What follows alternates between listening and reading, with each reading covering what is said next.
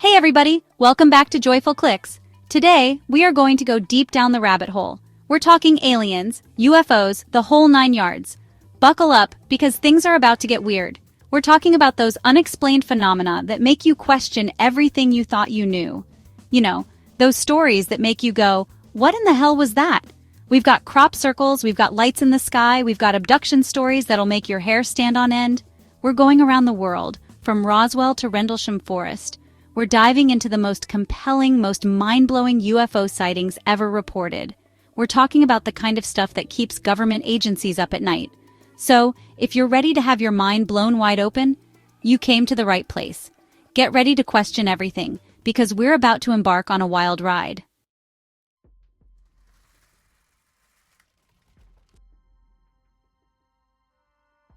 It's 1947, Roswell, New Mexico. It's the height of the Cold War, tensions are high, and people are looking up at the sky with a mixture of wonder and fear. Then boom, something crashes in the desert. The official story? It was just a weather balloon. A weather balloon? Come on, man, that's what they want you to think. People in Roswell saw something else entirely. They saw debris scattered for miles, unlike anything they'd ever seen before. And the rumors, man, the rumors started swirling faster than a flying saucer.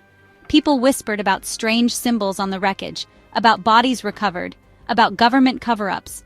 The military came in quick, cleaned up the site, and shut everyone up. But the story, it didn't die. It took on a life of its own, becoming the granddaddy of all UFO conspiracy theories.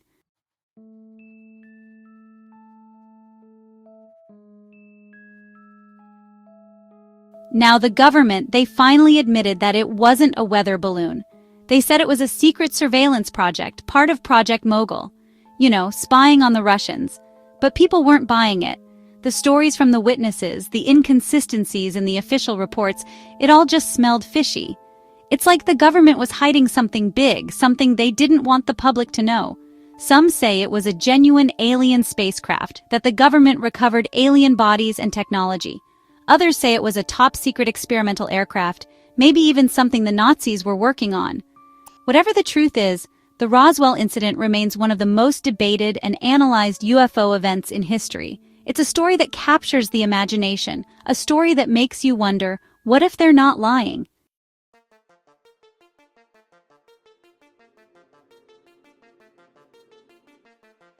Fast forward to 1997, Phoenix, Arizona.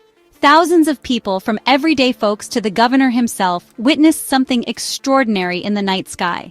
Imagine this. It's a clear night, stars are out, and suddenly a series of lights appear. Not just any lights, but a massive V-shaped formation of lights, silently gliding across the sky. People were freaking out, man. They were calling the news, they were calling the police, they were running out into the streets trying to figure out what they were seeing. Was it a flock of birds? A meteor shower? No, this was something else entirely. This was something big, something unexplained, something that defied easy explanation. And it wasn't just some blurry photos or shaky videos. This was witnessed by a massive amount of people.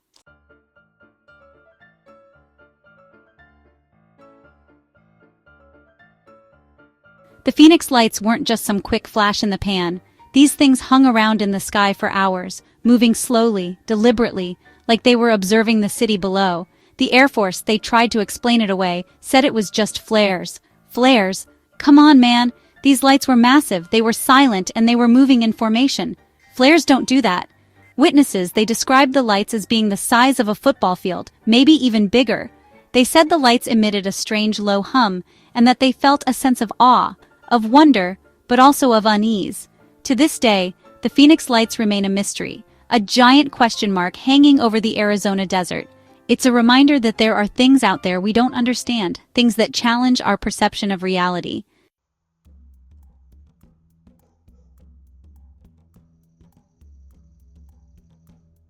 Alright folks, buckle up because we're diving headfirst into the Rendlesham Forest incident, often dubbed Britain's Roswell. This thing went down in 1980, right near a freaking US Air Force base in Suffolk, England. We're talking about multiple encounters over several nights, with military personnel reporting strange lights, a craft landing in the woods, and even freaking hieroglyphic-like symbols. Now imagine you're stationed at this base, right? You're out on patrol, and suddenly, bam! This bizarre, glowing object descends from the sky. You're not just seeing lights in the distance, you're talking about a structured craft hovering silently above the trees.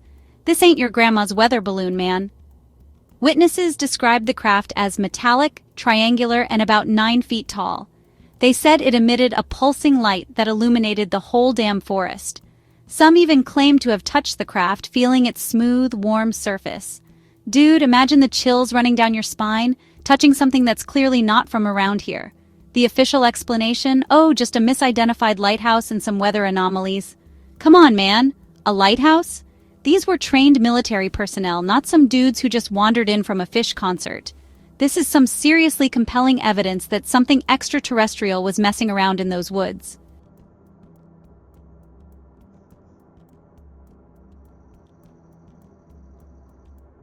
Alright folks, buckle up because we're diving headfirst into the Rendlesham Forest Incident, often dubbed Britain's Roswell. In 1980, near a U.S. Air Force base in Suffolk, England, military personnel reported strange lights, a craft landing, and hieroglyphic symbols. Imagine you're on patrol, and suddenly, bam! A glowing object descends from the sky, a structured craft hovering silently above the trees. Witnesses described it as metallic, triangular, and emitting a pulsing light. Some even touched the craft, feeling its smooth, warm surface. The official explanation? A misidentified lighthouse and weather anomalies. Trained military personnel, not just random folks, witnessed this.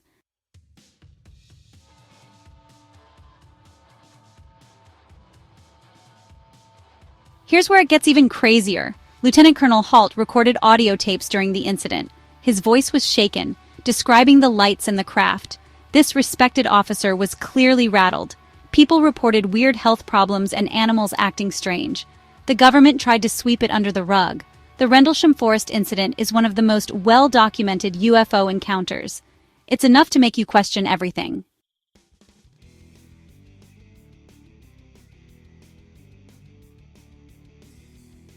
Alright, let's rewind the clock back to 1942. World War II is in full swing. It's a tense time, man. February 24th, 1942, Los Angeles, California. Air raid sirens are blaring, searchlights are crisscrossing the night sky, and anti-aircraft guns are firing like crazy. A massive, unidentified object hovering over the city. They unleashed over 1,400 shells, but it just kept on cruising. No damage, no smoke, nothing. They tried to play it off as a weather balloon. Can you believe that?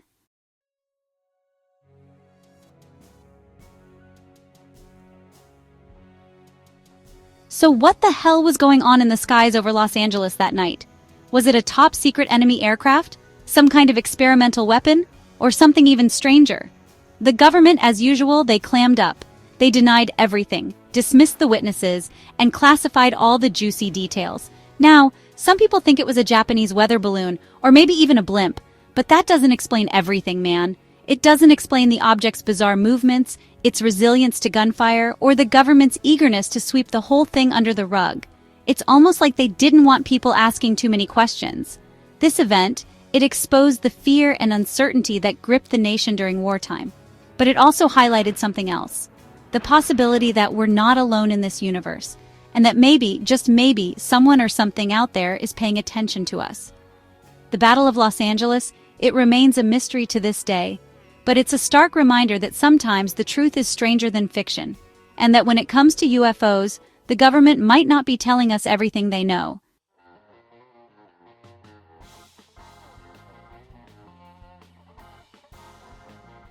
Hold on tight, folks, because we're about to journey into the heart of Europe for this one.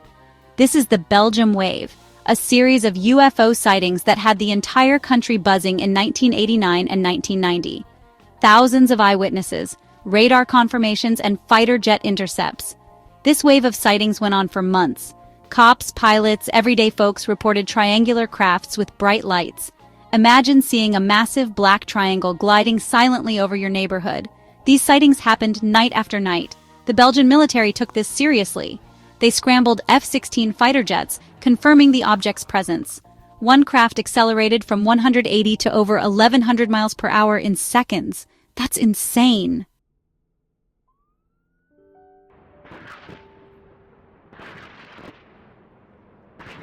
Now, here's the kicker. The Belgian government, they actually acknowledged the sightings. They even held a press conference, admitting they couldn't explain what was going on.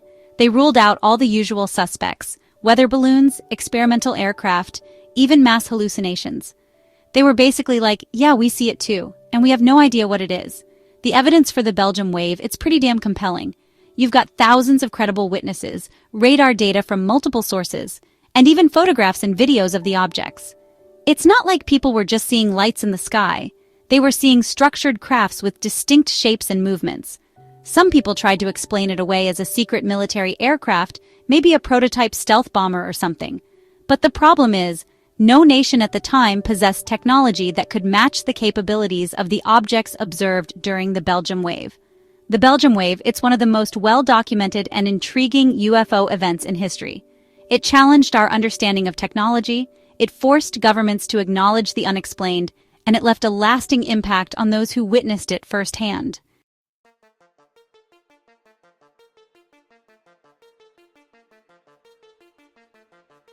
All right, folks, buckle up because we're heading down under to Australia, 1966. Westall High School, sunny day, kids and teachers out for recess, birds chirping, kids playing kickball, the usual. Suddenly, someone shouts, "What the hell is that?" And everyone looks up. There it is, a large silvery disc-shaped object. Not a weather balloon, not a plane, something else entirely. Twice the size of a car, completely silent, just hovering there, defying gravity.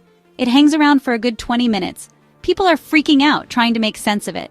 Then it moves, picks up speed, and disappears. Seen by over 200 people, students and teachers alike. 200 people. Not a mass hallucination. The Aussie government said it was a weather balloon, but nobody's buying that.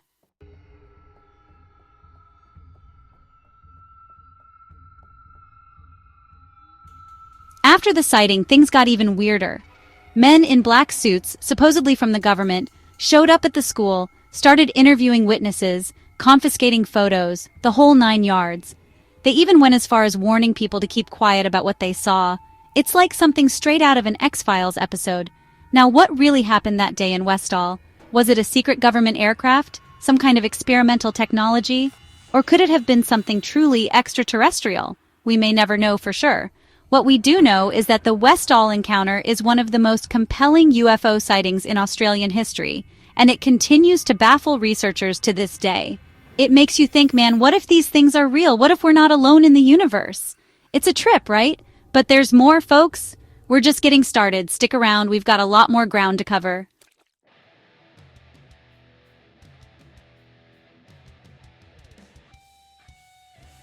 Tehran, 1976. Tensions are high, the Cold War is in full swing. The Iranian Air Force picks up a strange object on radar.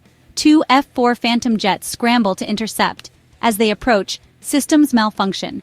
The object disables their systems, leaving them baffled.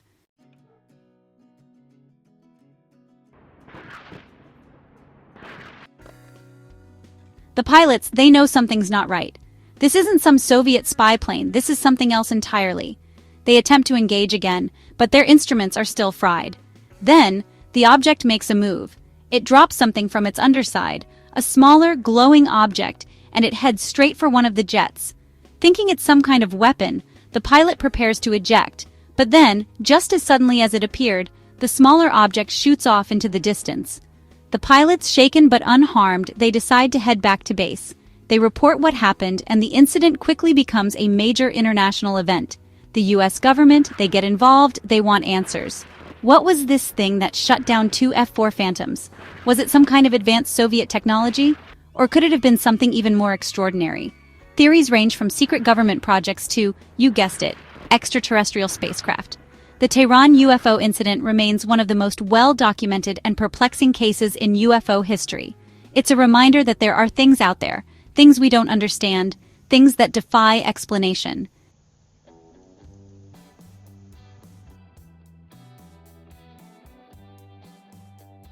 We're now in 1964, Socorro, New Mexico. Lonnie Zamora, a police officer, is on patrol. He hears a roar and sees a flame in the distance. Thinking it's an explosion, he heads towards the smoke. He sees a shiny metallic object shaped like an egg. Zamora radios for backup, his voice trembling. He cautiously approaches the object. He sees 2 small humanoid figures in white coveralls. They seem to be inspecting the craft. Their features are obscured by helmets. He's frozen, caught between curiosity and terror. The object roars, kicks up dust, and shoots into the sky.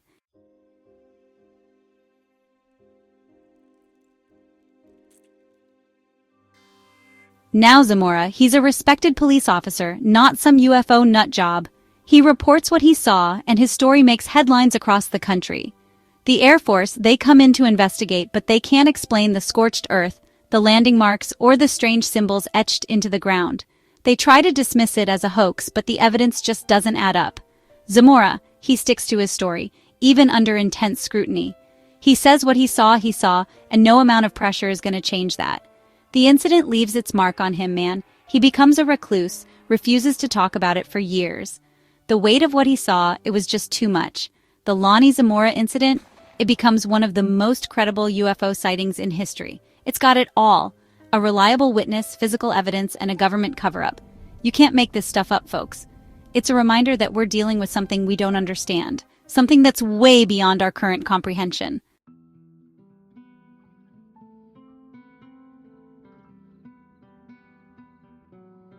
Alright, so picture this. It's 1994, we're in Zimbabwe, Africa. It's a bright, sunny day at the aerial school. Then, boom, everything changes. Over 60 students and teachers report seeing a large, silver disc hovering above the playground. They said the object had flashing lights and made a strange humming sound. Can you imagine being a kid and seeing something like that?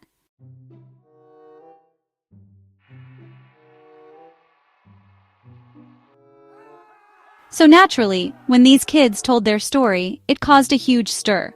People were skeptical, of course, but the kids were adamant about what they saw. They even drew pictures of the craft and the beings, and let me tell you, these weren't your typical stick figure drawings.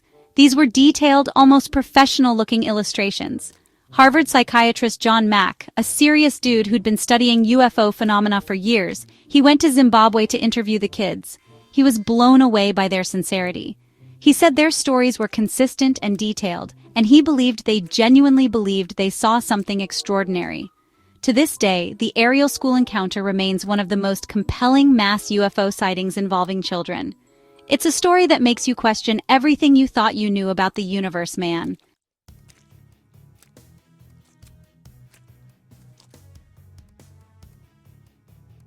Now let's head over to Nova Scotia, Canada. It's 1967, the Cold War is in full swing. People are on edge, looking up at the sky, wondering what's out there. One night, residents of the small fishing village of Shag Harbor see something incredible. A bright orange object streaking across the sky.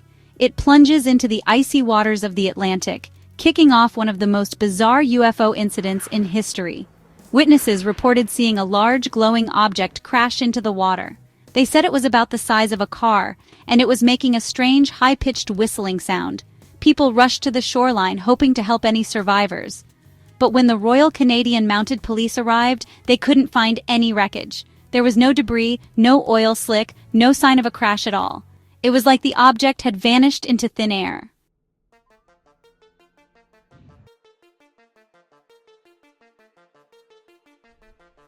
The RCMP launched an official investigation, but their findings were inconclusive.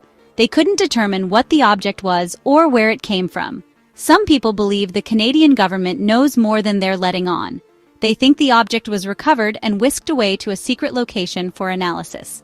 The Shag Harbor incident remains a mystery to this day. Was it a meteor, a secret military experiment, or something truly extraterrestrial? Whatever it was, it left a lasting impression on the people of Shag Harbor. The incident has become a part of local folklore, and every year, the town hosts a UFO festival to commemorate the event. It's a story that captures the imagination, man. It makes you realize that we don't know everything there is to know about the world we live in.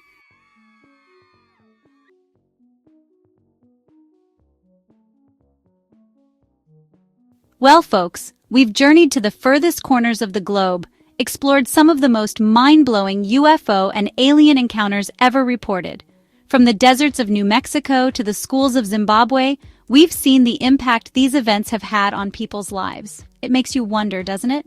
Are we alone in this vast universe, or are we being visited by beings from other worlds? Don't forget to hit that like button and subscribe to the channel for more deep dives into the unknown. And while you're at it, drop a comment below and let me know what you think.